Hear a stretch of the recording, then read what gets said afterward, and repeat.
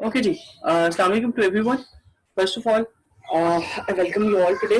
थोड़ा सा माजरत कि आज के सेक्शन में है वो हम थोड़ा सा लेट शुरू करें, बट हैविंग सेड दैट हम कोशिश ये करेंगे कि हम आज के लेक्चर में जो है जितनी चीज़ें कवर कर सकते हैं हम उतनी कवर कर लें, बिकॉज आज आपकी जो है वो सेकेंड लास्ट क्लास है। इसके बाद इंशाल्लाह आपकी मैं ये देख लूँगा कि वैसे स्केड्यूल तो मैंने कल आपकी जो है वो लास्ट क्लास की थी, but due to some of my commitments मैं कल शायद अवेलेबल नहीं हो सकूंगा। बट मैं इंशाल्लाह विद इन वीक, इसी वीक के अंदर जो है वो आपकी नेक्स्ट क्लास लेके I will be concluding your session, ताकि ऑनवर्ड्स आके जो है वो फिर आपके फाइनल्स वगैरह की चीज़ें जो हैं उसके लिए आपको प्रिपरेशन में और सब चीज़ें करने में उसकी जो है हैविंग सेड दैट आज का जो हमारा चैप्टर है, आज का जो हमारा टॉपिक है जो हम डिस्कस करेंगे वो हमारा टॉपिक है ग्लोबल स्ट्रेटेजिक मैनेजमेंट का।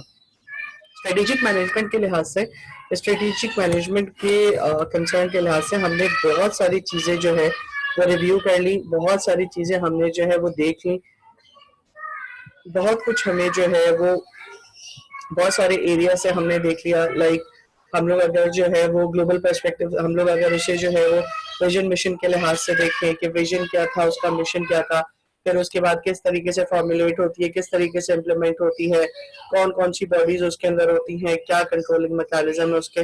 तो हमने जो बेसिक उसका जो स्ट्रक्चर या जो बेसिक उसका जो एलिमेंट था वो हमने ड्रॉ कर लिया, वो हमने कंक्लूड कर लिया। आज जो चीज हम देखेंगे या आज जो एरिया हम जो फोकस करेंगे वो हमारे पास जो है ग्लोबल, एक मिनट, आज हमारे पास जो चीज हम देखेंगे वो है हमारे पास ग्लोबल स्ट्रेटेजिक मैनेजमेंट की, ग्लोबली अक्रॉस द ग्लोब या हमारे पाकिस्तान की प्रेमिसेस से बाहर जो है वो हमारे पास स्ट्रेटेजिक मैनेजमेंट जो है किस तरीके से कैटर की जाती है, किस तरीके से हमारे पास जो है वो चल रही होती है।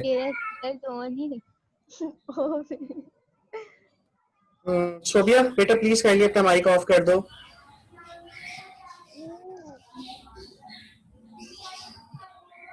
थैंक यू बेटा। ओके सोबिया माइक ऑफ करना है बेटा।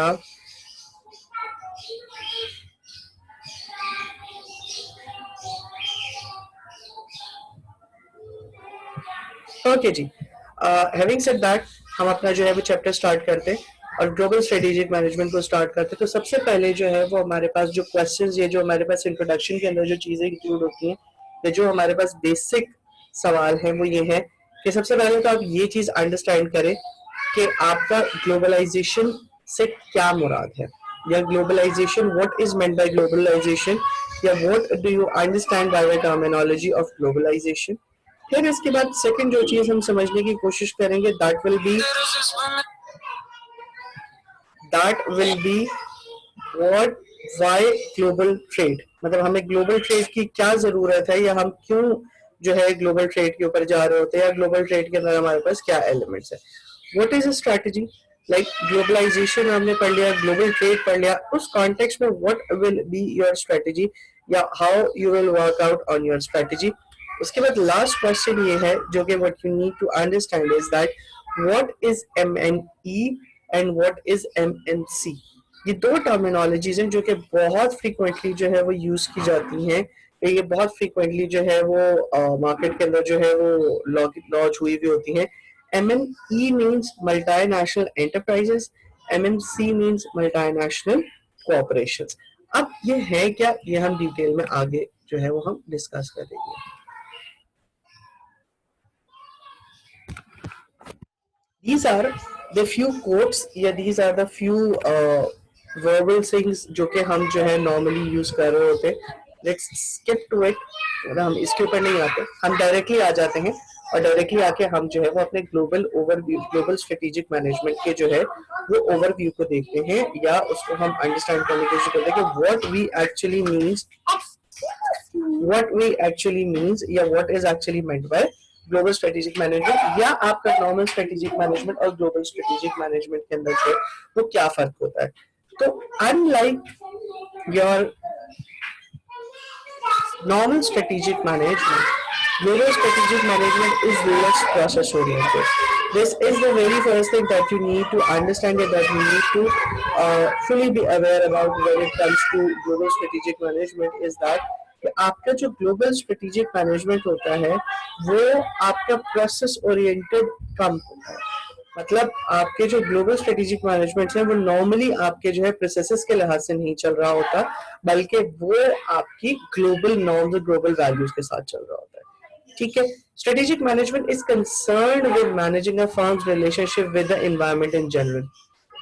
नॉर्मली अगर हम जब नॉर्मल स्ट्रेटेजिक मैनेजमेंट की बात करते हैं तो नॉर्मल स्ट्रेटेजिक मैनेजमेंट का मतलब ये है, नॉर्मल स्ट्रेटेजिक मैनेजमेंट को हम यूं डिफाइन करते हैं कि it is basically concern with the relationship of a firm with its environment.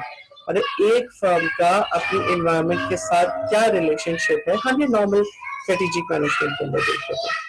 When it comes to global strategic management, it is specifically या categorically concerned with managing a firm in relation to global business environment. आप normally जो है वो जब हम normal circumstances में बात कर रहे होते हैं तो नॉर्मल सर्कमस्टांसेस का मतलब ये है कि हम स्ट्रेटेजिक मैनेजमेंट में सिर्फ अपनी ऑर्गेनाइजेशन और अपनी एनवायरनमेंट को देख रहे होते हैं। ठीक है, बट जब हम बात कर रहे होते हैं ग्लोबल स्ट्रेटेजिक मैनेजमेंट की, तो ग्लोबल स्ट्रेटेजिक मैनेजमेंट के अंदर हम अपनी फर्म का रिलेशनशिप चेक कर रहे होते हैं कि globally how it understands how it works out when it comes to the global business dynamics या globally जो आपका बिजनेस का एनवायरनमेंट चल रहा होता है उसके लिहाज से। अमूमन हमारे पास यहाँ पे एक कंसर्न ये शो किया जाता है कि यहाँ पे तो चीजें सिमिलर फील होती हैं, लाइक स्ट्रेटेजिक मैनेजमेंट में आप अपनी एनवायरनमेंट के साथ डील कर रहे होते हो, ग्लोबल स्ट्रेटेजिक मैनेजमेंट में आप ग्लोबल बिजनेस एनवायरनमेंट से डील कर रहे हो, तो है तो अल्टीमेटली दोनों एनवायरनमेंट्स ही, दोनों एनवायरनमेंट्स के तौर पे चल रही हैं। तो what is the difference between both of the environments, या दोनों एनवायरनमेंट्स में क्या बेसिक फर्क है? तो you need to understand is that कि जब आप अपनी एनवायरनमेंट की बात कर रहे होते हैं या आप अपनी जब प्रेमिसेस की बात कर रहे होते हैं तो वहां पे आपका लॉ सिंपल होता है, सिमिलर होता है। उसके अलावा आपकी एनवायरनमेंट आपकी नोन एनवायरनमेंट होती है, उसके बाद आपके जितने भी कंपेटिटर्स होते हैं वो आपके नोन होते हैं, आपकी रिसोर्सेज डिफाइंड होती हैं।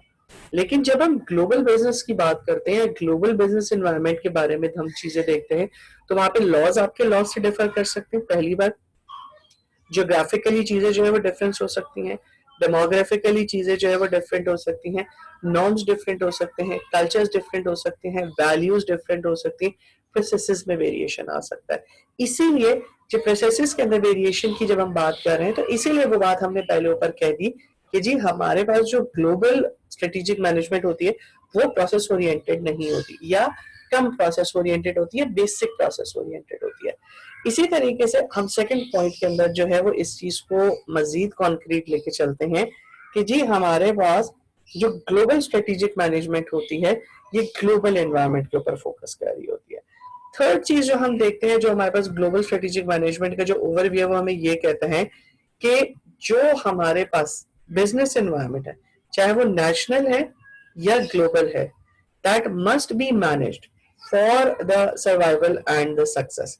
मीन्स हम चाहे नेशनल लैंग्वेज की बात करें, नेशनल लैंग्वेज से मुराद ये कि चाहे हम अपनी जो इंटरनल या ग्लोबली जो बात हम कर रहे हैं, हम ग्लोबल एनवायरनमेंट के लिहाज से बात करें या हम बात करें इंटरनेशनल एनवायरनमेंट के लिहाज से, दोनों सर्कमस्टांसेस के अंदर we need to manage the environment, we need to understand the environment, we need to adjust with the environment so that we may be able to adjust, so that we may be able to survive, so that we may be able to succeed।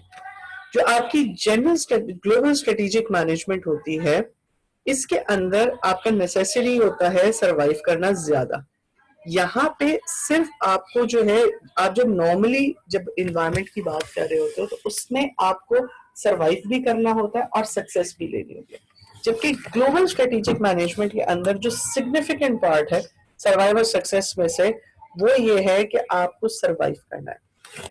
Normally जब आपकी business natural या आपकी जब national environments की बात हम करते हैं तो नेशनल एनवायरनमेंट्स के अंदर एट टाइम्स ऐसा होता है कि आप अपनी सक्सेस की वजह से सरवाइव कर जाते हैं, लेकिन ग्लोबल के अंदर सक्सेस के साथ साथ आपको अपनी सर्वाइवल को भी इंश्योर करना होता है। दिस मीन्स अगर आप अपनी सर्वाइवल के लिहाज से, या अगर आप अपनी सक्सेस स्टोरी के लिहाज से, या अगर आप अपनी वर्किंग के लिहाज से, if you are able to get yourself successful, you get yourself sustained within the environment, अगर आप उस environment में अपने आप को sustain करने के लिए कामयाब हो गए, survive करने के लिए कामयाब हो गए global context में, it means you have done enough. मतलब आपने अपना जो है वो जो achievement है वो आपने अपना contribution जो अपना achieve कर लिया.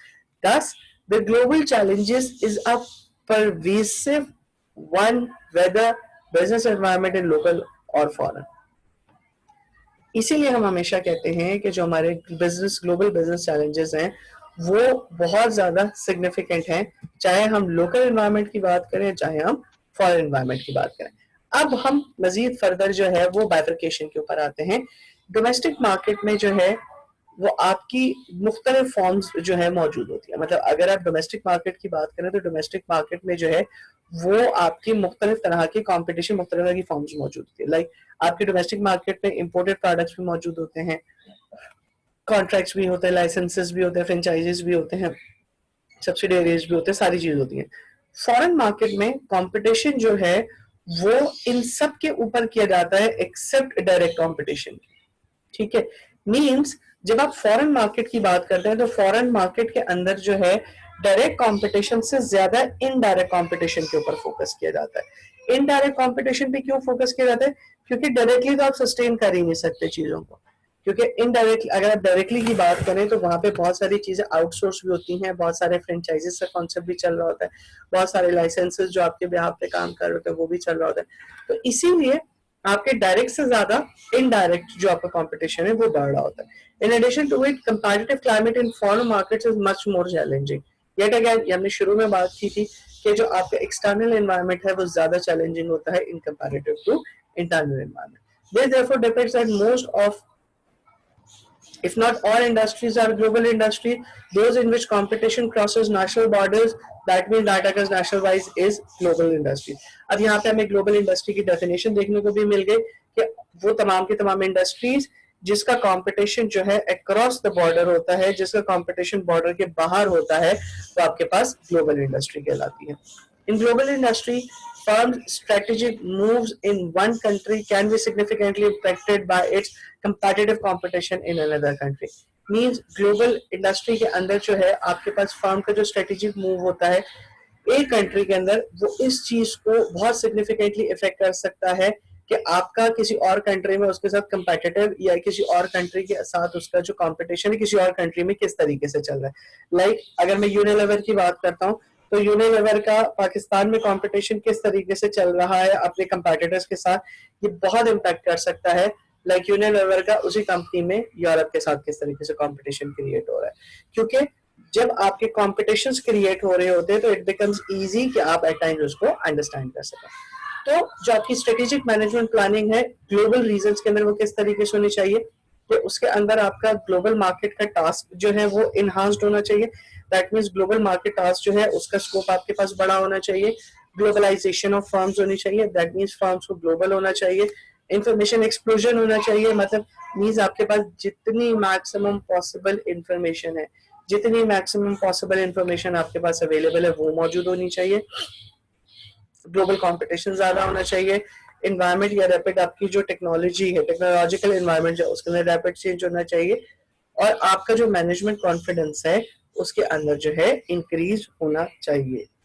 ठीक है, इसके बाद मजीद फर्दर आगे हम चलते हैं तो हम ये कहते हैं कि जो आपकी ग्लोबल इंडस्ट्री है, ये जो आपकी अक्रॉस द ग्लोब है, इट मस्ट मैक्सिमाइज कैपेबिलिटीज. उसको अपनी कैपेबिलिटीज को मैक्सिमाइज करना चाहिए, क्योंकि the maximum they will be able to acquire the capability to handle the world strategy, the more they will be they have the chances to survive.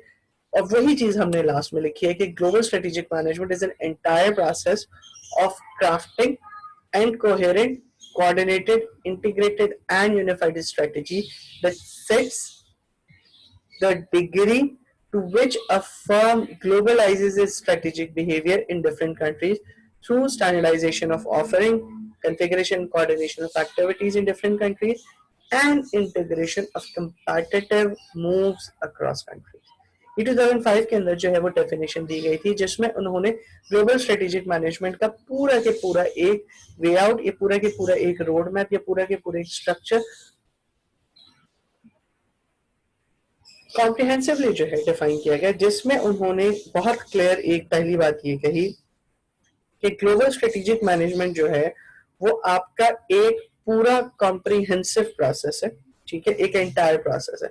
किस चीज का process है कि एक क्राफ्ट करें, क्राफ्ट का मतलब ये होता है आप एक क्रिएट करें एक कोहेरेंट, कोऑर्डिनेटेड, इंटीग्रेटेड और यूनिफाइड स्ट्रेटेजी।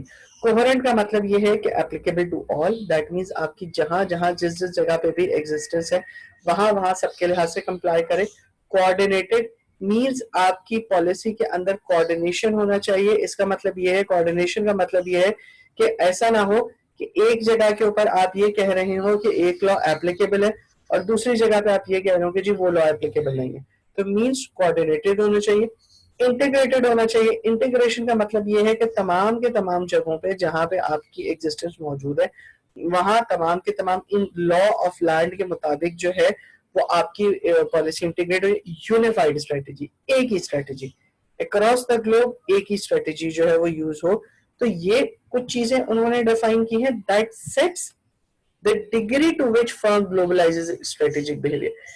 ये क्राफ्टिंग आपकी डिफाइन करती है कि आप ग्लोबल स्ट्रेटेजिक बिहेवियर के लिहाज से, और कौन सी ग्लोबल स्ट्रेटेजिक बिहेवियर जो कि अक्रॉस द ग्लोब चल रहे हैं, मुख्तलिफ कंट्रीज के अंदर चल रहे हैं, आप कितने ज्यादा उसके साथ जो है वो सिंक्रोनाइज हैं या कितना डिग्री आप जो है उनके साथ अलाइन है through standardisation of offering. Standardisation of offering का मतलब ये है कि तमाम की तमाम जितनी भी ऑफरिंग्स आपकी हैं वो स्टैंडर्डाइज्ड हों। Configuring and coordination of activities, आपके तमाम की तमाम जितनी एक्टिविटीज है वो कॉन्फ़िगर्ड हो, कोऑर्डिनेटेड हो in different countries and integration of competitive moves across the globe.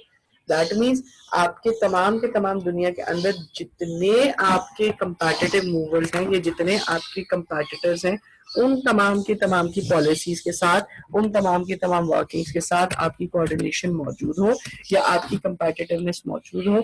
This completely meets up your global strategic management या global strategic policy। ठीक है, अब हम आगे बढ़ते हैं और आगे बढ़ के हम फ्रेमवर्क देते हैं कि ग्लोबल स्ट्रेटेजिक मैनेजमेंट का जो है वो हमारे पास फ्रेमवर्क क्या है, या ग्लोबल स्ट्रेटेजिक मैनेजमेंट में हम किस तरीके से जो है क्या क्या चीजें what we need to understand, what are the dos, what are the don'ts, कौन चीज हम कर सकते हैं, कौन सी चीजें हम नहीं कर सकते, वो सारी की सारी चीजें हम यहाँ पे जो है वो पढ़ते हैं। So first of all, global business environment is increasingly getting more competitive and changing for business firm.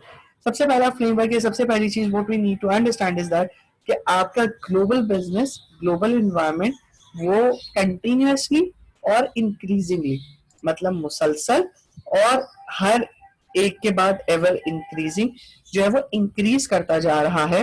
न सिर्फ इंक्रीज कर रहा है बल्कि बढ़ भी रहा है, किसमें, कंपटीशन में भी और चेंजेस में भी। कि आपका कंपटीशन हर पासिंग डे के साथ, आपका कंपटीशन हर आने वाले दिन के साथ न सिर्फ बढ़ रहा है बल्कि तब्दील भी हो रहा है। Effective global strategy will help a firm not only to survive but also to excel in the global business environment। अब देखो अगेन यहाँ पे जो बात हम कर रहे हैं, ये बात हमने पहले भी की कि जी आपकी इफेक्टिव बिजनेस स्ट्रेटजी जो है वो आपको सरवाइव करने में मदद करेगी। सरवाइव का वर्ड हमने पहले क्यों यूज किया, क्योंकि हमने पहले पीछे ओवरव्यू के अंदर ये चीज समझ ली थी कि जी सर्वाइवल, जब हम ग्लोबल कंपैटिटिव स्ट्रेटजी या ग्लोबल स्ट्रेटजी की बात करते हैं तो survival is our most prime concern. So यहाँ पे भी इसीलिए हमने सर्वाइवल की पहले बात की कि जी इट इज सर्वाइव, और सेकेंडली हमने नेशनल के अंदर वर्ड यूज करता है सक्सीड का, सक्सेसफुल का। यहाँ पे हम वर्ड यूज करेंगे it will also help you to Excel.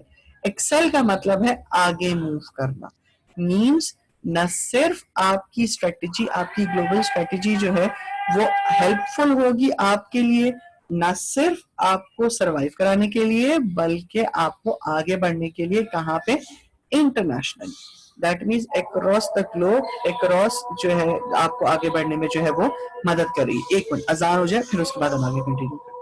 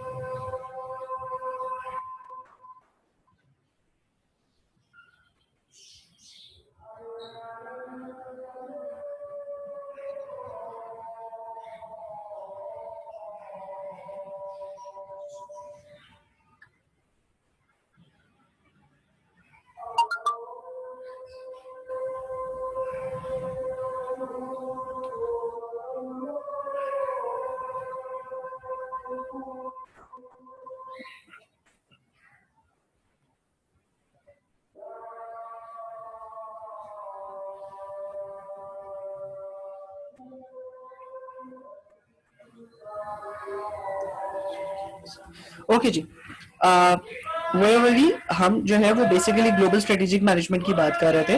तो हमने दो पॉइंट्स जो है वो बड़े क्लियरली देख लिए। पहला पॉइंट तो हमने ये देख लिया कि हमारे पास जो ग्लोबल एनवायरनमेंट है वो कंपेटिटिव बढ़ती चली आ रही है और एवर चेंज होती जा रही है। दूसरी बात जो हमने कही वो ये कही कि आपकी जो ग्लोबल स्ट्रेटेजी है वो हेल्प करती है ना सिर्फ आपको सर्वाइव करने में बल्कि एक्सेल करने में। अब अगली बात हम ये देखते हैं कि what we need a for how we need या what is needed for a firm to be effective global strategic analyst, कि एक फर्म को ग्लोबल इफेक्टिव ग्लोबल स्ट्रेटेजी बनाने के लिए जो है वो क्या क्या चीजों को अंडरस्टैंड करने की जरूरत है। पहली चीज what it needs to understand is that कि आपका ग्लोबल बिजनेस फिनोमेना क्या है। मींस कि कौन सी फोर्सेस है, कौन से प्रोसेसेस हैं जो कि इंटरनेशनल और ग्लोबल बिजनेस में चल रहे हैं, और कौन से ऐसे फिनोमेना और कौन से ऐसे प्रोसेसेस हैं या कौन से ऐसी वर्किंग्स हैं जो कि आपकी इंटरनेशनल मार्केट में नहीं चल रही है। Like in order to understand the things internationally you need to understand कि जी वहां पे उस पर्टिकुलर जगह पे इंटरनेशनली अक्रॉस द बॉर्डर कौन कौन से प्रोसेसेस जो आपके चल रहे हैं और कौन कौन से प्रोसेस और कौन कौन सी फोर्सेस आपकी ऑब्सोलीट हो चुके हैं। This includes both internal and external. Second, what you need to understand is assumption upon which global business is founded, such as theory of international trade and investment. Means आपको ये चीज understand करने की जरूरत है कि दुनिया के अंदर जो बिजनेस आप करने के लिए जा रहे हैं वो बिजनेस वहां पे किस थ्योरी के तहत या किस कॉन्सेप्ट के तहत बना है। लाइक अगर आप यूरोप की बात करें या अमेरिका की बात करें तो वो शायद बना हुआ होगा आपका, मतलब ये सिर्फ जनरल मैं आपको बता रहा हूँ कि अगर वो बना हुआ है मास प्रोडक्शन के कॉन्सेप्ट के ऊपर, दैट मीन्स वहां प्रोडक्ट की जो क्वांटिटी काउंट करती है। और जापान में आपका जो कॉन्सेप्ट बना हुआ है वो क्वालिटी के ऊपर बना हुआ है कि दैट मीन्स नंबर में be compromise but quality will not be compromise. तो ये दो अलग अलग बिजनेस फिलोसफीज हैं, ये दो अलग अलग बिजनेस कॉन्सेप्ट है, ये दो अलग अलग अटायर्स हैं। एक्स्ट्रा आवाज ज्यादा आ रही है, किस चीज की एक्स्ट्रा आवाज बेटा?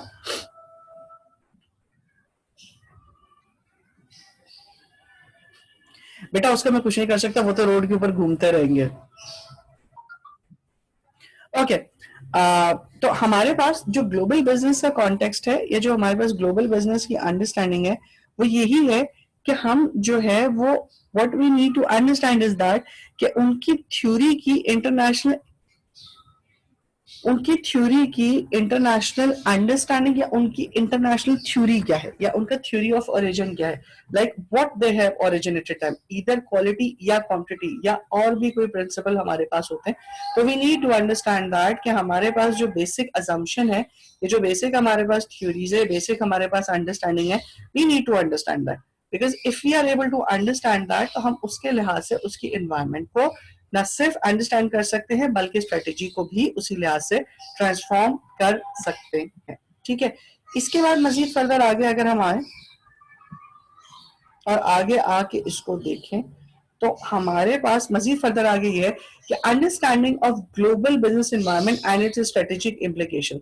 वहां की इन्वायरमेंट को समझना, इन्वायरमेंट को समझना सेम ऐसे वैसे ही है जैसे हम अपने पास स्वॉट कर रहे होते थे और स्वॉट में जब हम अपॉर्चुनिटी और थ्रेट की बात कर रहे होते थे, अपॉर्चुनिटी और थ्रेट को हम एक्सटर्नल एनवायरमेंट पे ले रहे होते थे और स्ट्रेंथ एंड वीकनेसेस को हम इंटरनल एनवायरमेंट पे ले रहे होते.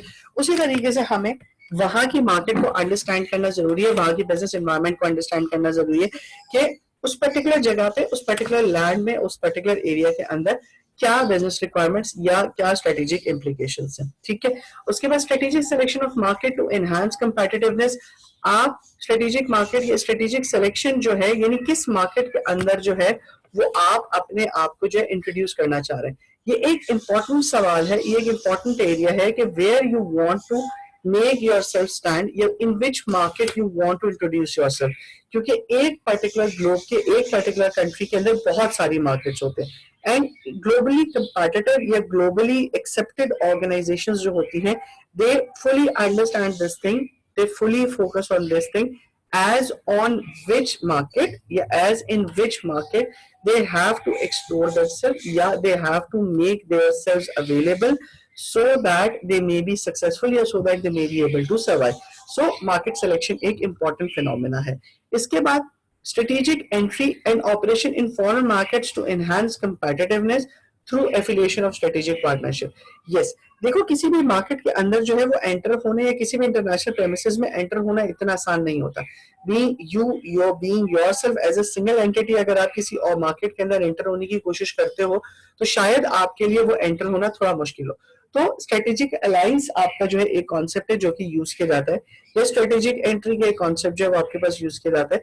इस कॉन्सेप्ट के अंदर क्या होता है कि you normally create an affiliation with local markets first. Like जिस तरीके से टोयोटा है या जिस तरीके से आपका सुजुकी है, सुजुकी जब इंडियन मार्केट के अंदर एंटर हुई थी तो उसने सबसे पहले क्या किया था कि मारुति एक कंपनी है उनकी इंटरनल, उसके साथ कोलैबोरेशन किया था. तो स्ट्रेटेजिक अलायंस उन्होंने जो है एक क्रिएट कर लिया और एक उस स्ट्रेटेजिक अलायंस का फायदा ये हुआ कि आपको लोकल मार्केट पेनिट्रेशन जो है वो बहुत आराम से मिल गई, जिससे आपने न सिर्फ मार्केट को एक्सप्लोर किया बल्कि उस मार्केट को सक्सीड भी किया. ठीक है. हम इसको यहाँ पे यहाँ तक रख रहे हैं. मैं भी तुम लोगों की अटेंडेंस मार्क कर रहा हूँ और फिर उसके बाद मैं नेक्स्ट सेशन जो स्टार्ट करूंगा तो फिर हम इसको वहीं से रिज्यूम करेंगे. ठीक है. एक मिनट, मैं तुम लोगों की अटेंडेंस मार्क कर देता हूँ ताकि मुझे जो है वो अटेंडेंस पता चल जाए.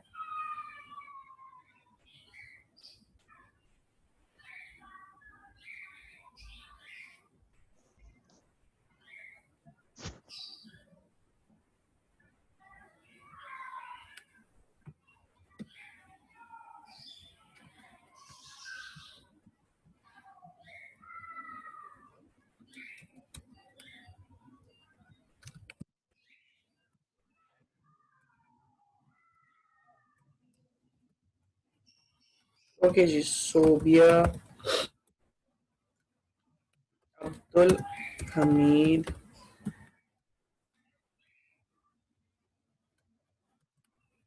अब्दुल वलीद अलमास सत्तार आसिया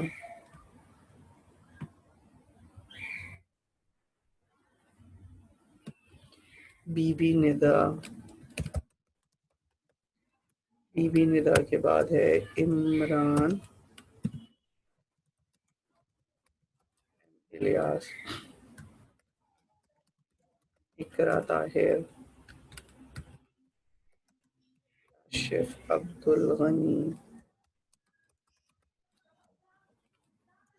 मुजाहिद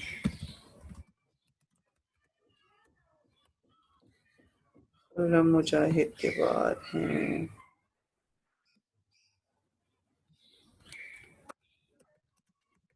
उमर रशीद, शाहिद, मिनाल खत्री, निदा सत्तार, अलवशा,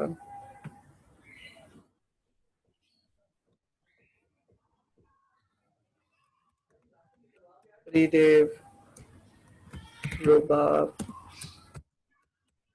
लूत और मुस्कान। ओके जी, मैं सेशन एंड कर रहा हूँ। मैं इंशाल्लाह जो है वो सेकंड सेशन फिर उसके बाद हम उसमें रिज्यूम करते हैं।